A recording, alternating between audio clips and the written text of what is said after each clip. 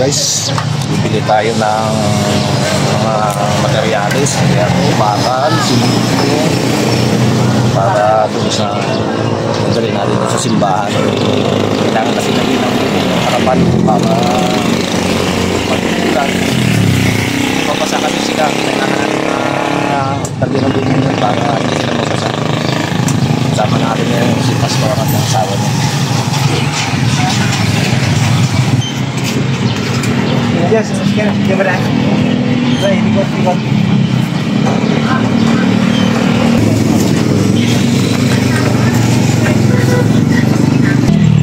Wala daw deliver guys ngayon kasi Sunday ngayon, kaya karkila na lang tayo ng tricycle na mag-ahatid doon.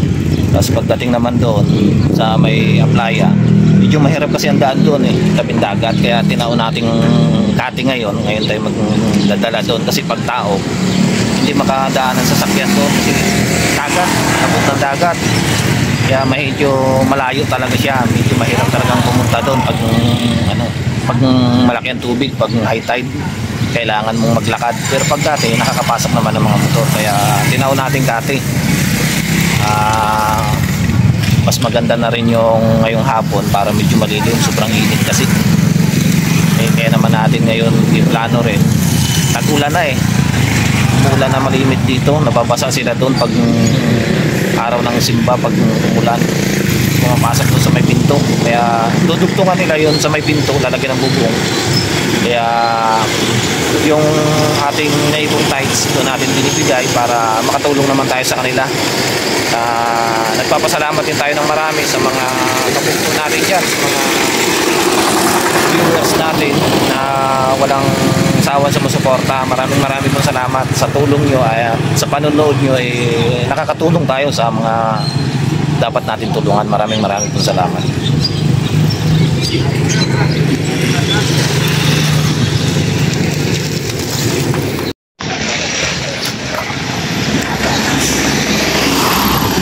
Guys, kaarga na tayo ng bahay. Tapos kinarga na rin yung semento.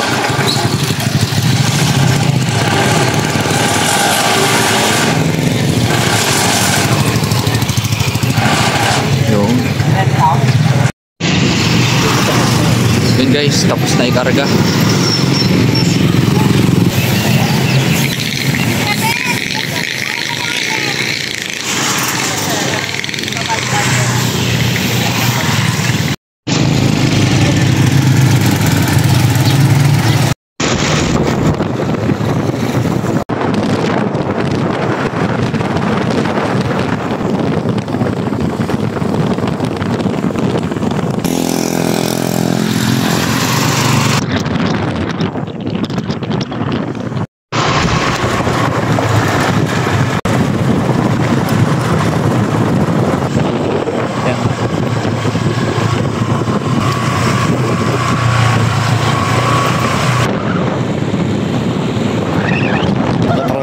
Tayo ng ating pangarga.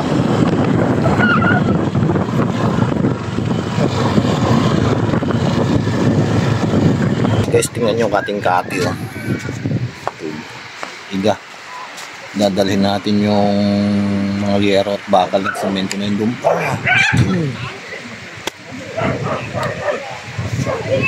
Galing siguro dito mga kabugto, mga 3 kilometro, kaya pag tao ang tubig o high tide hanggang dito. Yan, isang bakat niya. Pag ganyan kataog, hindi makakadaan papunta doon, maglalakad talaga, kaya tinaon natin kati para makapasok tayo. Hintay-hintay na lang natin, parating na rin sila.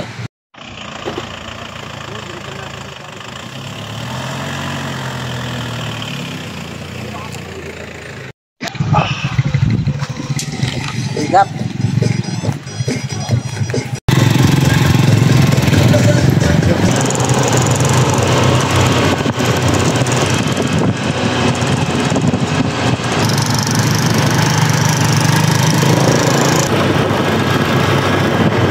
Ating-kati.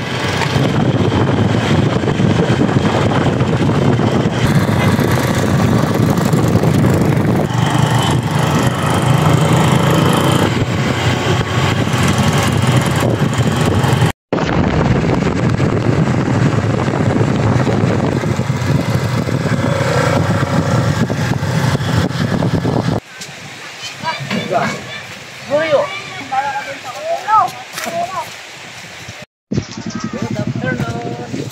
Po.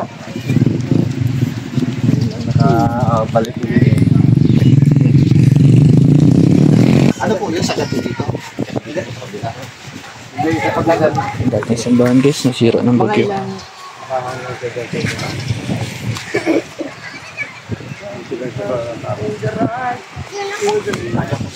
Anong sukat yun? Doon po sa kabila kanto rin.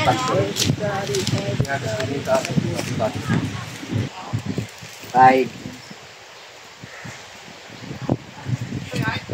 Ano to ah?